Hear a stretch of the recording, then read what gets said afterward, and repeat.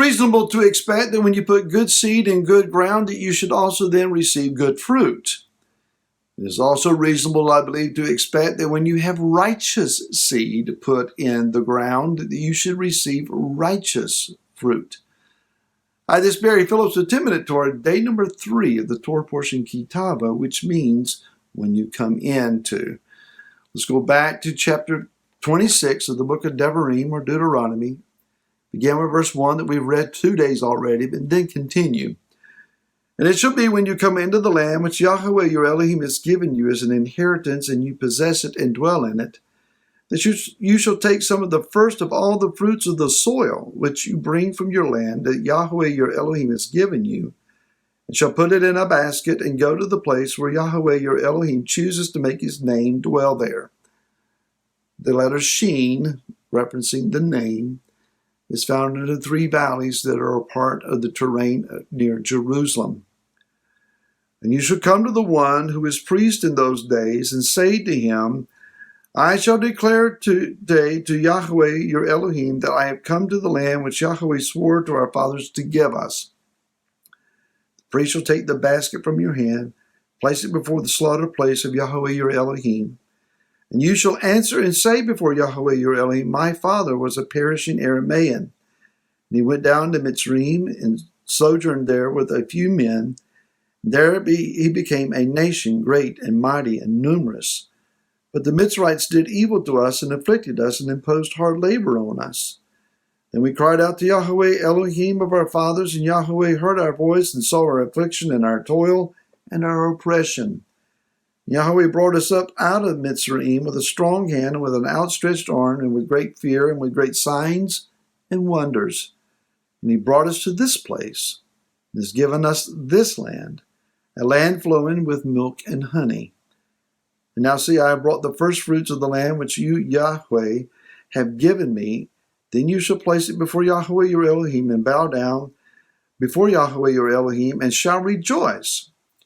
And all the good which Yahweh your Elohim has given to you in your house, you and the Levite and the stranger who is among you. Testimony time. Everybody's going to have a similar testimony of this amazing journey that is included times of hardship and oppression, forced labor, but also of mighty deliverance and restoration to the land of our fathers, sowing seed in that soil and reaping first fruits, bringing those first fruits to the priest who will be priest in that day. I believe Yeshua the Messiah will be high priest of the temple in that day, and we will confess before him that the goodness of Yah has been demonstrated to us. We've come to the place where his name is inscribed, and we're going to bow down and worship him for the fruit bearing and a land flowing with milk and honey. How great is all of that? What a wonderful opportunity to expect. So the land of Israel, it bears fruit. Currently, it is one of the most fruit-bearing places on the face of the earth. It has an incredible variety of fruits, vegetables, and flowers. It's an amazing fertile land. So we need to understand then that the first fruits that we reap in that land, they belong to the Most High, and there is a journey included with that, an expected journey where we come and we present them and we worship Yah for the first fruits. It's when you give the first fruits that everything remaining is blessed.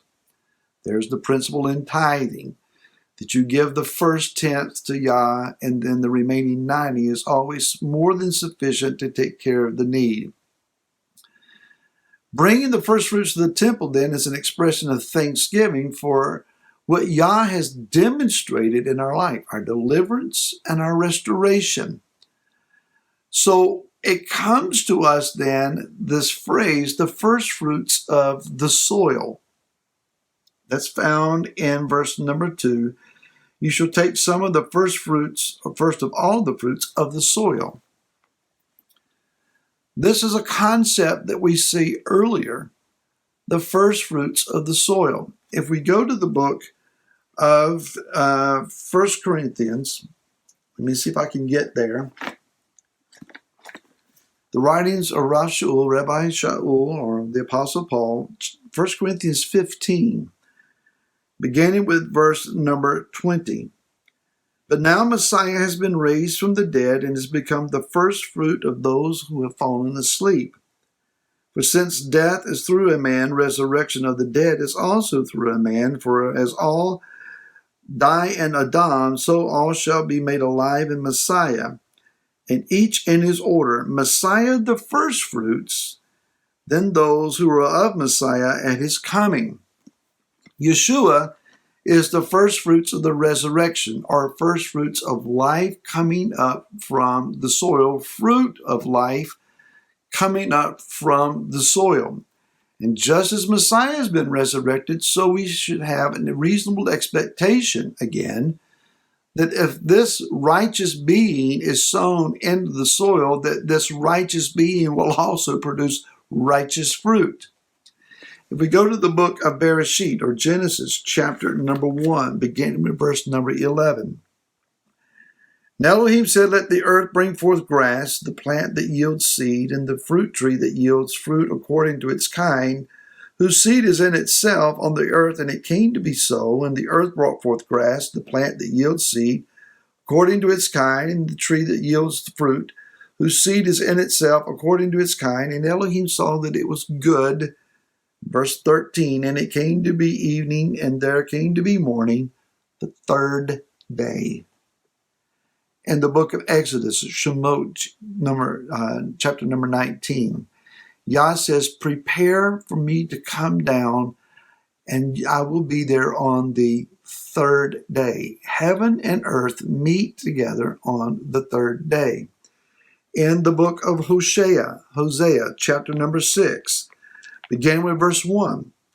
Come and let us turn back to Yahweh, for he is torn, but he does heal us. For he is stricken, but he binds us up. We've gone through times of oppression and hardship, but there is healing and deliverance. Verse 2. And after 2 days he shall revive us, and on the third day he shall raise us up, so that we live before him.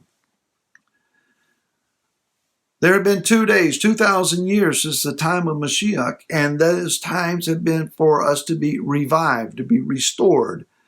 Now we're looking toward the beginning of the third day, where we will be resurrected as Messiah, the firstfruits of the resurrection, has already come forth from the soil, that we also will come forth from either underneath the soil or over standing upon the soil, but we will be resurrected from it on the third day. Do you see a pattern here? Ezra, chapter number 6 and verse number 15. It says, and this house was completed on the third day of the month of Adar, which is in the 6th year of the reign of sovereign Darius. So the temple was restored. The meeting place of the Most High with his people was restored to them on the third day. Again, it's the pattern. Life comes from the ground, and there is a meeting of heaven and earth on the earth on the third day. In 1 Thessalonians chapter number 4, we read some very familiar verses.